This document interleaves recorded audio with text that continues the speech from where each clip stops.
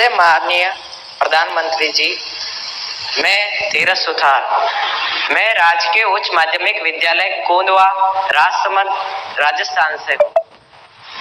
मैं 12वीं कक्षा में अध्ययनरत हूँ। मेरा प्रश्न यह है कि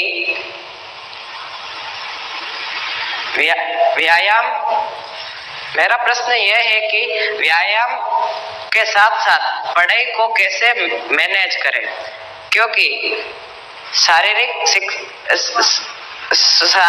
स्वास्थ्य भी उतना ही जरूरी है जितना कि मानसिक स्वास्थ्य। कृपया मार्गदर्शन करें। धन्यवाद सर। आपका शरीर देख करके लगता है मुझे आपने सही सवाल पूछा है।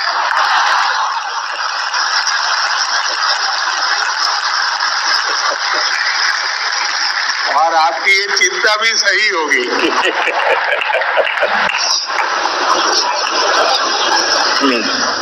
धन्यवाद धीरज।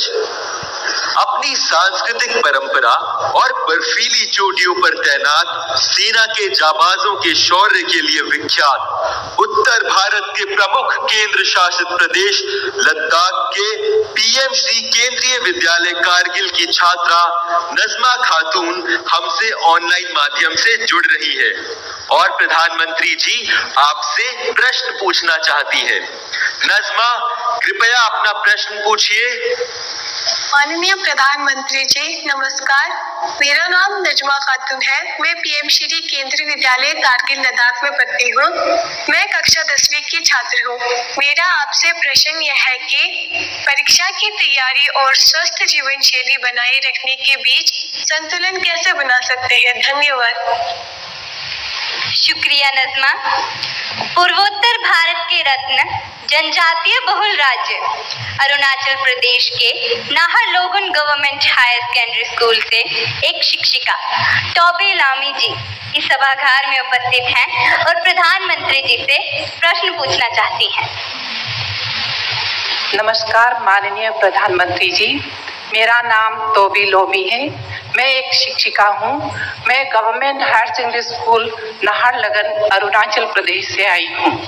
मेरा प्रश्न है, विद्यार्थी खेल कूद नहीं बल्कि पढ़ाई में मुख्य रूप से क्या और कैसे ध्यान केंद्रित कर सकते हैं? कृपया मार्गदर्शन करें।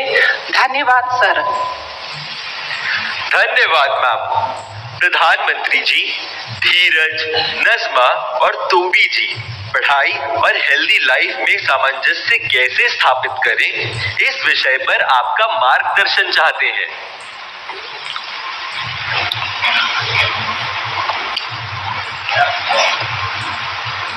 आप में से बहुत सारे स्टूडेंट्स मोबाइल फोन का उपयोग करते होंगे और कुछ लोग होंगे शायद उनको घंटों तक मोबाइल फोन की आदत हो गई होगी।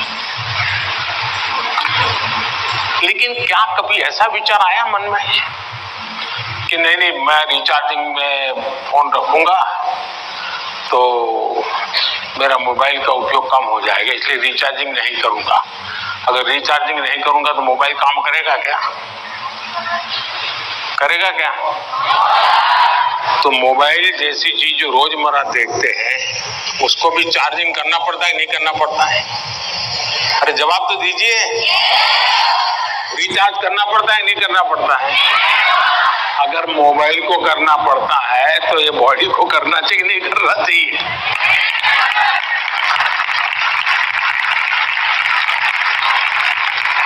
जैसे मोबाइल फोन में चार्जिंग ये मोबाइल की रिक्वायरमेंट है, वैसे हमारा शरीर का भी चार्जिंग ये शरीर की रिक्वायरमेंट है। आप ऐसा सोचो नहीं पढ़ना है तो विंडो बंद, पढ़ाई बाकी सब बंद, ऐसा कभी नहीं हो सकता है। जीवन ऐसे नहीं जी सकते हैं और इसलिए जीवन को थोड़ा संतुलित बनाना पड़ता है। कुछ लोग होते हैं खेलते ही रहते हैं, वो भी एक संकट होता है। लेकिन जब आपको एग्जाम देनी हो, क्योंकि लौकिक लाइफ जीवन में इन चीजों का अपना महत्व है, इसको टाल नहीं सकते। लेकिन अगर हम स्वस्थ ही नहीं रहेंगे, अगर हम अपने शरीर में वो सामर्थ्य ही नहीं होगा तो हो सकता है कि 3 घंटे एग्जाम में ही बैठने का सामर्थ्य खो देंगे, फिर 5 मिनट ऐसे ही करके बैठा रहना पड़ेगा। और इसलिए स्वस्थ शरीर स्वस्थ मन के लिए भी बहुत जरूरी है। अब स्वस्थ शरीर का मतलब ये तो नहीं है कि आपको पहलवानी करनी है, ये आवश्यक नहीं है, लेकिन जीवन में कुछ नियमितताएं होती है।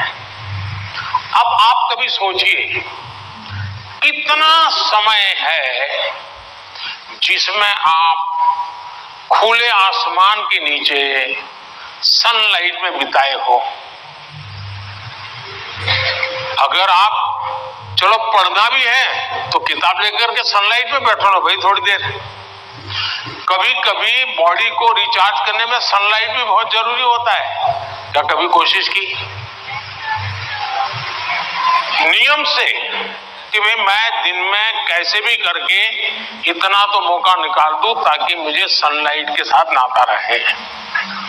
उसी प्रकार से कितना ही पढ़ना क्यों ना हो, लेकिन नींद को कभी भी कम मत आंकिए। जब अपनी मम्मी हमको कहती है कि सो जाओ तो उसका इंटरफेरेंस मत मानिए। ज्यादातर स्टूडेंट का ईगो इतना हर्ट हो जाता है कि तुम कौन होती हो, सो जाओ और मुझे कल एग्जाम देनी है, मैं सोऊंगा नहीं सोऊंगा, तुम्हें क्या लेना है। ऐसा करते हैं ना घर में। जो नहीं करते हैं ना बोले, जो करते हैं वो बोले। जरा करते हैं, कोई नहीं बोल रहा है। लेकिन ये पक्का है कि नींद के विषय में भी अगर एक बार रील पर चढ़ गए, एक के बाद एक रील देखते गए, छुपाना चाहते हो ना, कितना समय बीत गया पता नहीं, कितनी नींद खराब हो गई पता नहीं, क्या निकाला, पहला रील देखा था याद करो जरा, याद भी नहीं है, ऐसे ही देख रहे हैं। ऐसे हम नींद को बहुत कम आंकते हैं। आज आधुनिक हेल्थ साइंस जो है वो नींद को बहुत तवज्जो देता है। आप आवश्यक नींद लेते हैं कि नहीं लेते हैं, वो आपके स्वास्थ्य पर बहुत बड़ा महत्वपूर्ण है। आपको उस पर ध्यान केंद्रित करना चाहिए। इसका मतलब ये भी नहीं कि बस एग्जाम तो आती रहेगी। मोदी जी को मिला था, उसने कहा है सो जाओ। अभी यहाँ आर्टिस्टिक बोर्ड बनाओ और घर में घुसते ही लिखो सो जाओ, मम्मी पापा को दिखा दो सो जाओ। ऐसा तो नहीं करेंगे ना। कम नींद स्वास्थ्य के लिए अनुचित है। कुछ अपवाद लोग होते हैं जिनको उन्होंने अपने एक ऐसे स्टेज पर बॉडी को ले गए, उनको शायद उससे बाहर होंगे। सामान्य मानवीय के जीवन के लिए उन्हें अनुचित है। आप कोशिश कीजिए कि आपकी रिक्वायर जितनी भी नींद है वो आप पूरी लेते हैं, और ये भी देखिए कि साउंड स्लीप है कि नहीं। बहुत गहरी नींद होनी चाहिए। आप हैरान हो जाएंगे, जो टीचर बैठे ना बड़ी आयु के टीचर, ये सुनकर के जरूर चौंक जाएंगे। आज भी मैं इतना सारा मेरे पास काम है ना, आप लोगों को जितना नहीं है।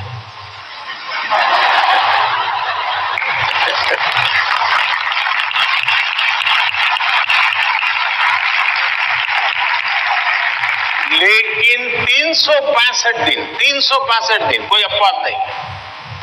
अगर मैं बिस्तर पे लेटा नहीं कि 30 सेकंड में डीप स्लीप की तरफ नहीं चला गया तो होता नहीं। 30 सेकंड लगता है मुझे। आप में से बहुत छोटी आयु के भी होंगे, कभी इधर कभी उधर कभी उधर कभी उधर, फिर नींद आई तो आई। क्यों? मेरा बाकी जो जागृत अवस्था का समय है उसमें बहुत जागृत रहता हूं मैं। तो जब जागृत हूं तो पूरी तरह जागृत हूं, जब सोया हूं तो पूरी तरह सोया हूं। और वो बैलेंस, जो बड़ी आयु के लोग हो परेशान होते होंगे, हाँ यार हमें तो नींद ही नहीं आती, आधा घंटा तो ऐसे ही करवट बदलते रहते हैं। और ये आप अचीव कर सकते हैं। फिर एक विषय है न्यूट्रिशन, संतुलित आहार। और आप जिस उम्र में हैं उस उम्र में जिन चीजों की जरूरत है वो आपके आहार में है कि नहीं है। एक चीज पसंद है बस खाते रहते हो, पेट भर जाता है, कभी मन भर जाता है, लेकिन शरीर की आवश्यकताएं पूरी नहीं करता है। 10-12 का एक कालखंड ऐसा है जब आपके पास एग्जाम का वातावरण है, तो एक बार तय कीजिए कि मेरे शरीर को जितनी रिक्वायरमेंट है वो मैं लेता हूँ। माँ बाप भी बच्चे को ऐसा ना करें, नहीं आज तो हलवा बनाया है, जरा ज्यादा खा ले। कभी माँ बाप को भी लगता है कि क्वांटिटी ज्यादा खिला दी तो बच्चा आज खुश है, जी नहीं, उसके शरीर।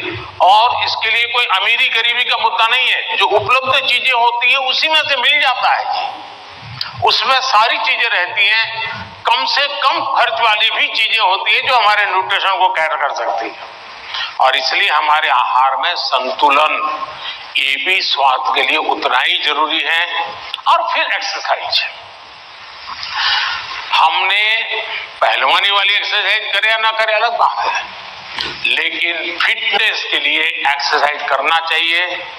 जैसे डेली टूथब्रश करते हैं ना, वैसे ही नो कॉम्प्रोमाइज एक्सरसाइज करनी चाहिए।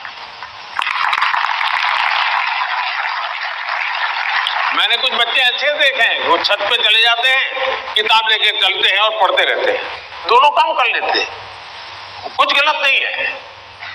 वो पढ़ता भी है और अपना धूप के अंदर चल भी लेता है, एक्सरसाइज भी हो जाती है। कोई न कोई ऐसा रास्ता निकालना चाहिए जिसमें आपकी फिजिकल एक्टिविटी होती रहती है। 5 minute 10 minute dedicated physical activity करनी ही चाहिए। ज्यादा कर सकते तो अच्छी बात है। अगर इन चीजों को सहज रूप से आप लाएंगे, एग्जाम के तनाव के बीच सब कुछ इधर करेंगे वो नहीं करेंगे तो नहीं चलेगा। संतुलित करिए, आपको बहुत फायदा होगा। धन्यवाद।